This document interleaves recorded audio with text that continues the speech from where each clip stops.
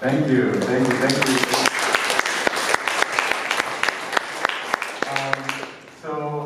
This is such a great event for me, especially at a time when all live music in the world has disappeared in the last year, that we're able for the first time to have a performance as part of the Undergraduate Research Symposium. So it's really exciting for me as a music professor to see that happening. So first of all, like, just a huge thank you to everybody in the undergraduate research community. And let's all just give like a nice big warm round of applause for Rachel Nunziata.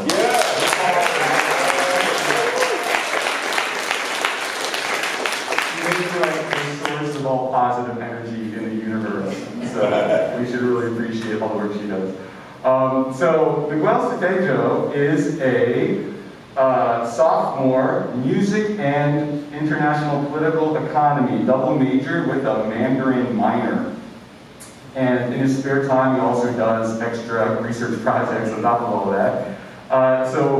Today he's going to be doing a lecture recital for you. So it's going to be kind of half concert, half presentation of his research that we've been working on this past year. So without further delay, please give a warm welcome to the Miguel Sutedjo Trio.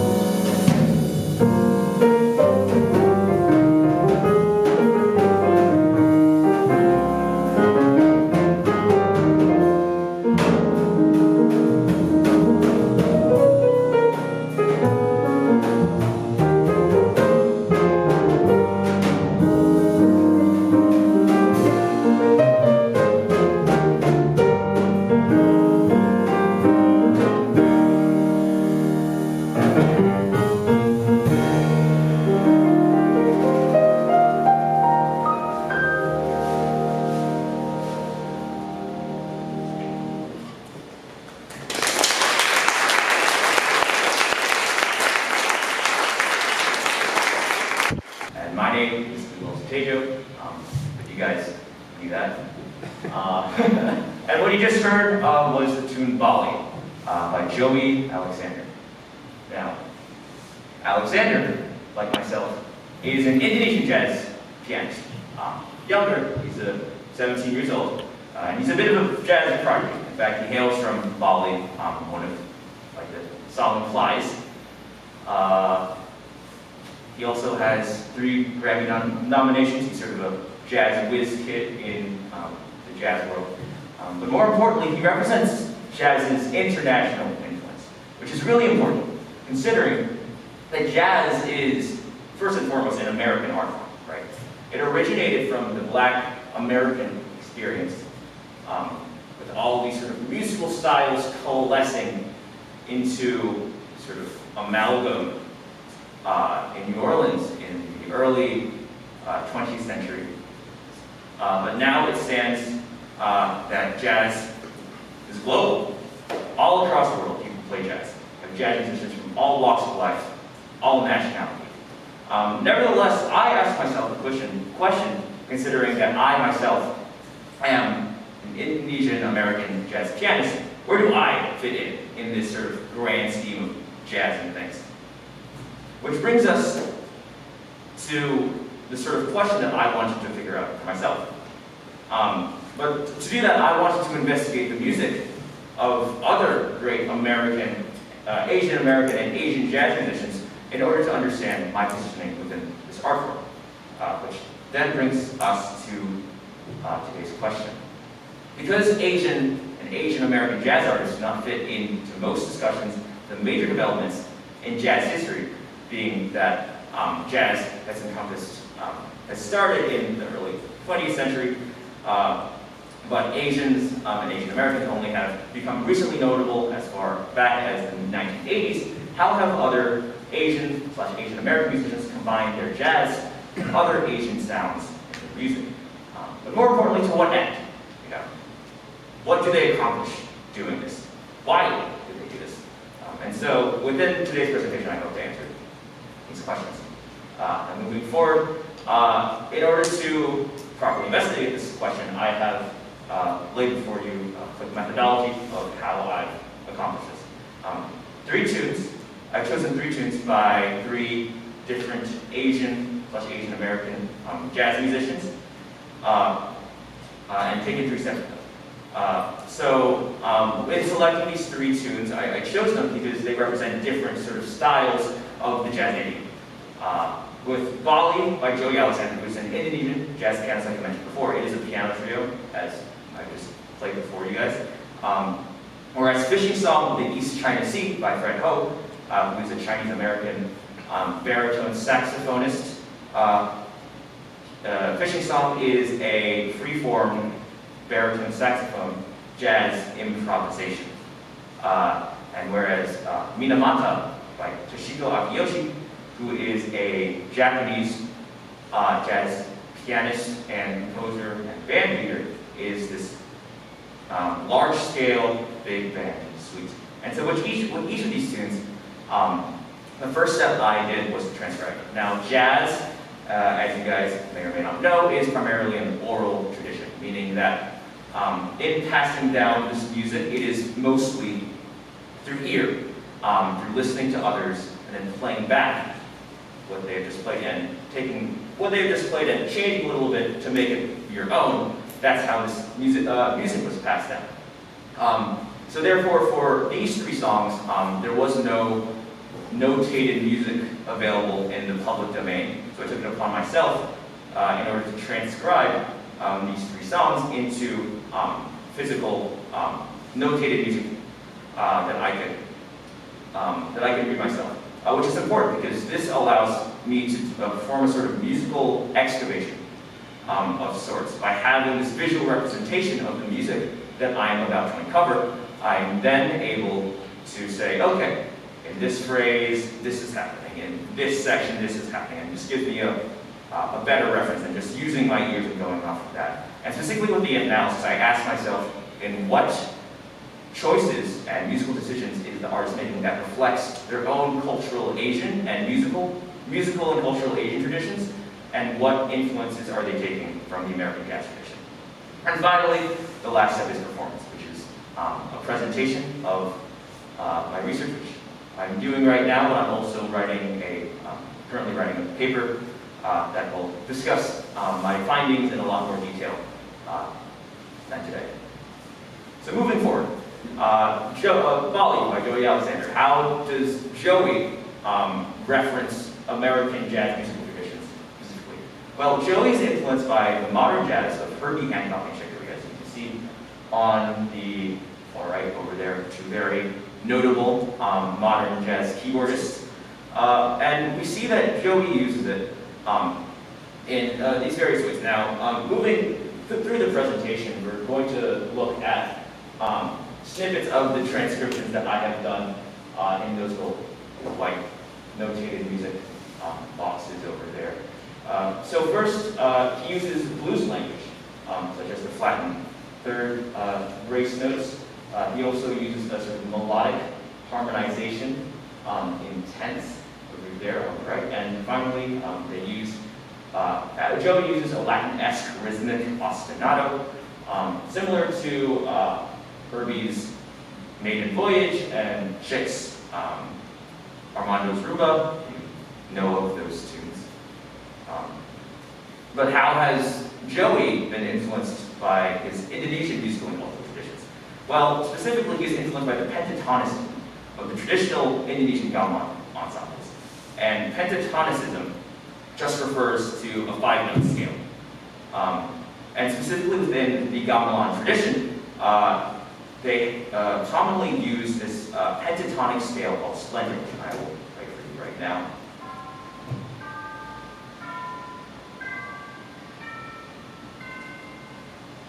And as you can hear, this collection of notes cannot be translated directly into sort of Western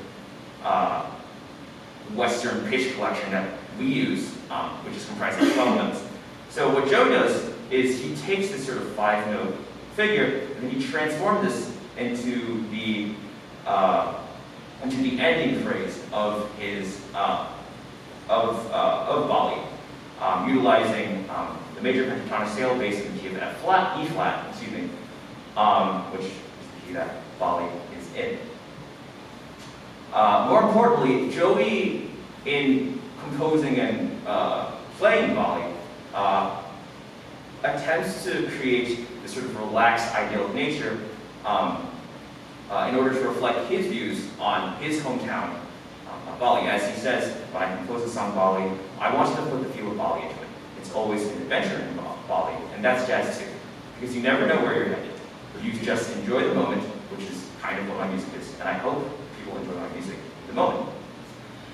Thus, Joey acts as a sort of metaphorical and musical tour guide for the listener, using these musical influences from both Indonesia and America to transport the listener to Bali. Now, the next Asian American musician that we'll look at is Fred O. The very nice picture of him on the right. He is a Chinese American baritone saxophonist, and his main contribution to the jazz idiom is that he pioneered Asian American jazz in the 1980s with pianist John Jang and bassist Mark Izu. But perhaps more significantly, he is a very staunch activist. He is a Marxist and an eco-socialist, and attempts to reflect that idioms and those ideologies within his work. And specifically, we're going to be listening to his rendition of a fishing song of the East China Sea. Now, Fishing Song of the East China Sea was originally composed by Ma Shanglong and Juan for a traditional Chinese orchestra in 1956, and the suite attempts to express the hectic life of Chinese working fishermen. And perhaps more commonly known, it is on the soundtrack to Stephen Chow's 2003 Kung Fu Hustle. And now we'll listen to a little bit of the original, not Fred Ho's version of Fishing Song of the East China Sea.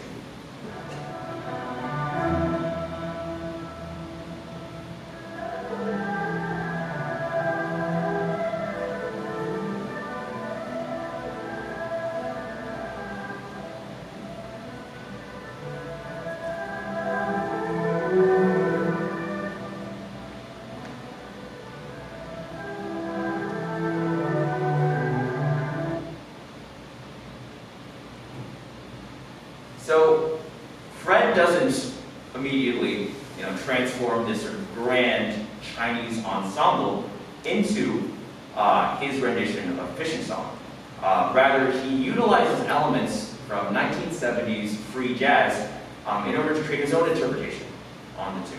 Now, free jazz is really cool in that it breaks away from the conventional techniques and musical form and harmony of many traditions and generations prior in order to create a wider form of musical expression. And he does this in these idioms that I will play for you right now. The first is AFAT, as fast as possible. And what he does, what Fred does, is that he basically takes his saxophone, plays as fast as possible, not really aiming for any sort of specific melodic line, more of a contour to the shape, as you can see with the not-pitched notes in the beginning over there. And that sounds a little like this.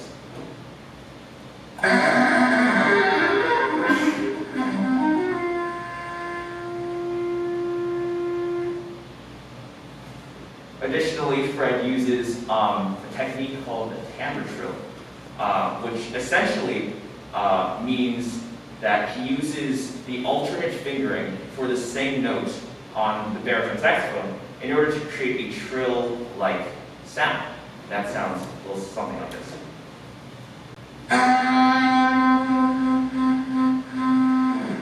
Sort of fades in and out like that.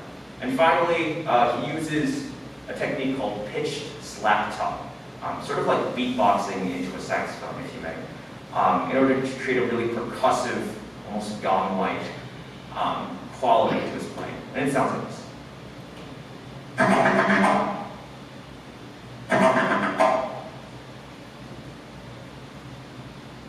Now, using these techniques and improvising upon the original Chinese theme, Fred uses this to express his own viewpoints that I discussed earlier. In the first quote, we see that he likes to incorporate martial arts adventure in the context of bringing strong political messages, which is really cool because Kung Fu Fishing Song, right, was on the soundtrack of 2003 Kung Fu Hustle. Moreover, as Fred notes, he is a staunch environmentalist. He promotes eco-socialism, and he aims for existence based on the same respect indigenous peoples have always had for the earth.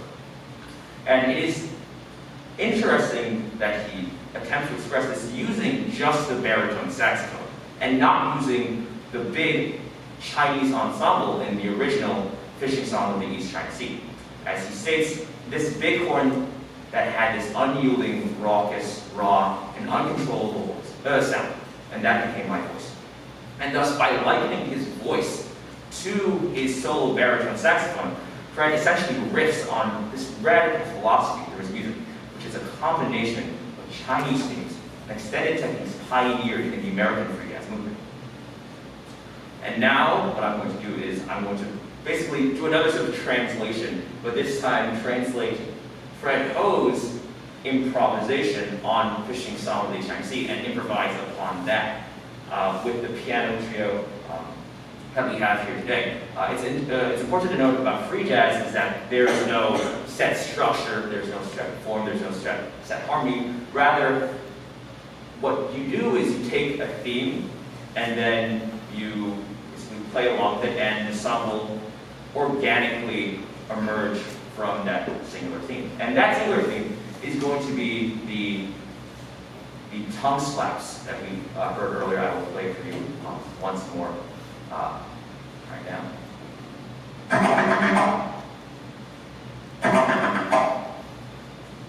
And it is this theme that we'll be improvising on today.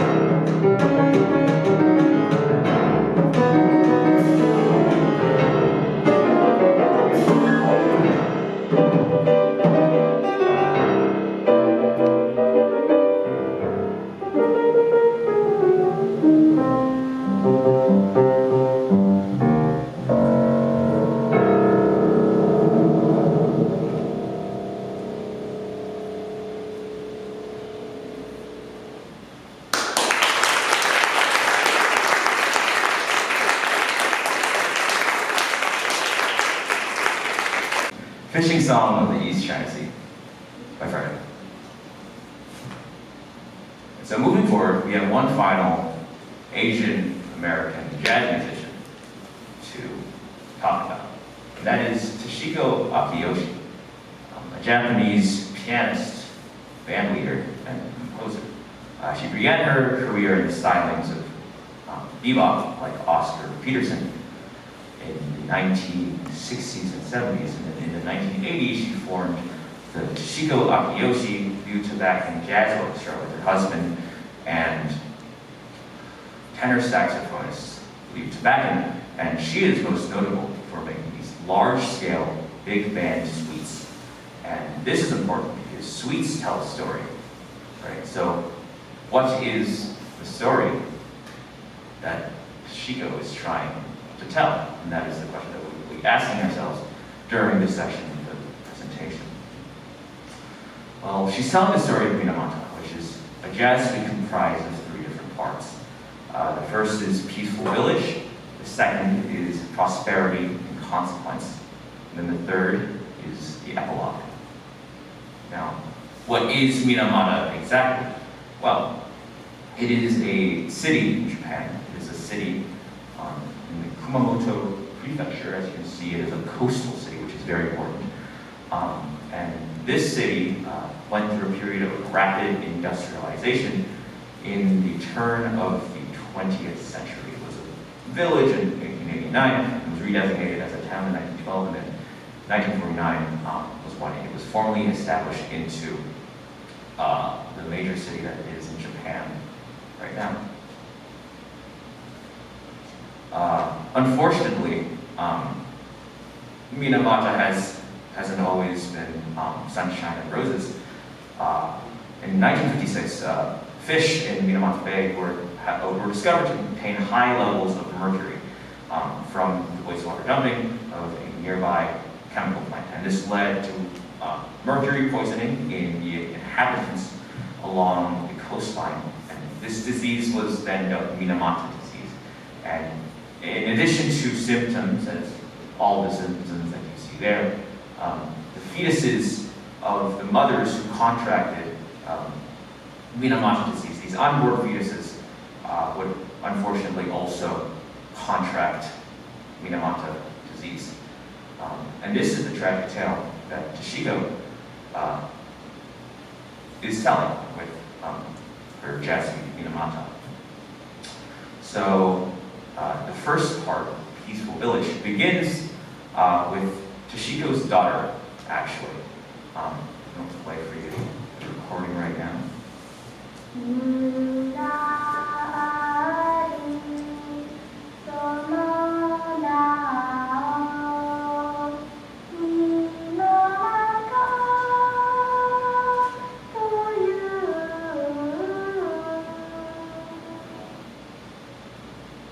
And this line in Japanese roughly translates to English, there's a town called Minamata, right? In fact, this particular Japanese grammatical structure implies, it has the same gravity as the Once Upon a Time construction in English. So this really, this sort of haunting, a cappella solo of Toshiko's daughter really sets the mood. And then we move on to the actual Peaceful Village part of the section, in which a flugelhorn horn improvises over these floating flute chordal pads in this unmetered free time, creating this sense of sort of etherealness and mysticness, as I will play for you right now.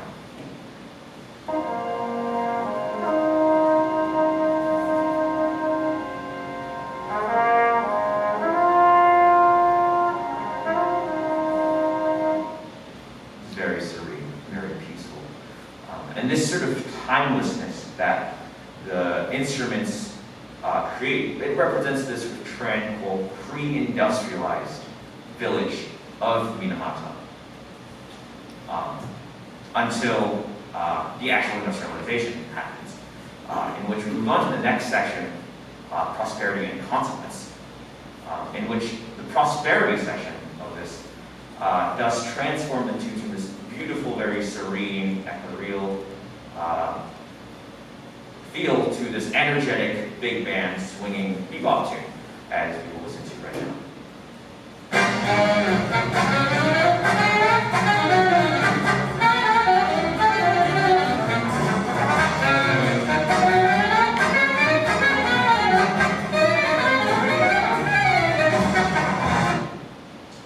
And what's really interesting about this section is that the chord progression being used in this head is very similar to another popular jazz chord progression called rhythm changes.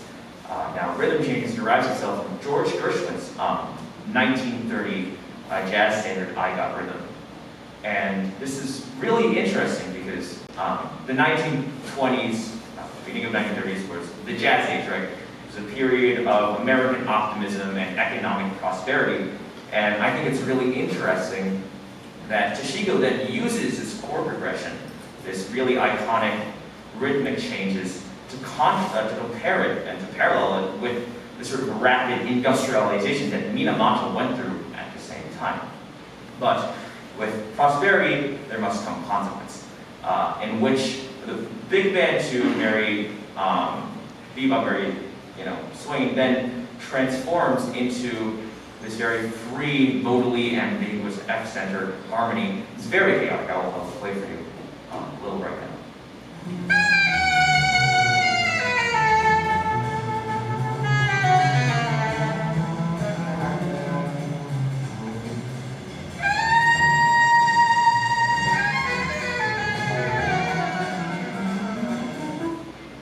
Very stark contrast to the bebop, the prosperity of the earlier section. And now this consequence, this chaotic, solo thus represents the environmental and cultural chaos that succeeded the prosperity of the section prior.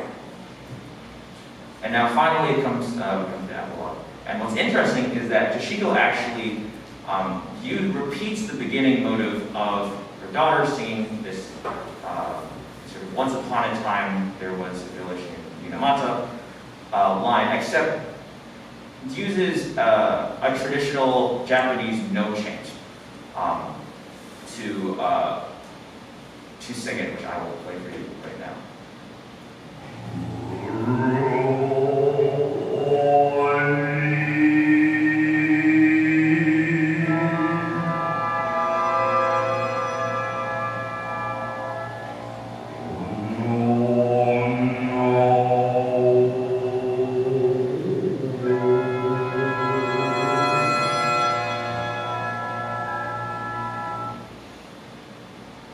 Very different from the beginning section of the girl singing the same exact melody. It's actually really interesting because one of the most famous no dramas that no chants are typically used is the Sutedjo. And the Sutedjo tells a story about a woman searching for her kidnapped daughter. Now, in no dramas, the standard is that the woman then finds her daughter. But in this case, at the end of the play, it is revealed that the daughter is in fact dead, right? And thus we sort of see this sort of, this metaphor is even expanded even further, right? You have this innocent and lyrical timbre of Akiyoshi's daughter being contrasted with this sort of growl of the no chanter at the end. It depicts the true horrors of the Minamata incidents. The thousands of mothers who have contracted Minamata disease because of the environmental pollution caused by the rapid industrialization, and their defected children. And this is the story that Toshiko tells in her jazz suite, Minamata. Now, before I go on to actually play this song, I think it's important to recognize a really important quote by Toshiko, which I think really encapsulates what my entire research is about. As she says, "To me, jazz is mine. I can't pretend that it's someone else's music, or that I just play it because I love it. I can't separate myself from it at all. And yet, I realize that it is purely American music. And since I am Japanese, what is my position in the jazz world? I've heard a lot of black musicians say that white musicians took their music and profited from it, leaving them with nothing. I feel I'm involved in that too. Am I an invader too? Am I taking from jazz and giving nothing back?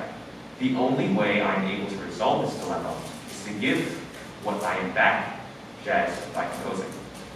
If I have developed my music to the point where a listener can sense my attitudes, that is my history as it reflects Japan, and as it reflects what I've learned of America in the past 20 years, if the listener can hear my history and my individuality, then I have accomplished the solution. And I think this quote really speaks to the answer.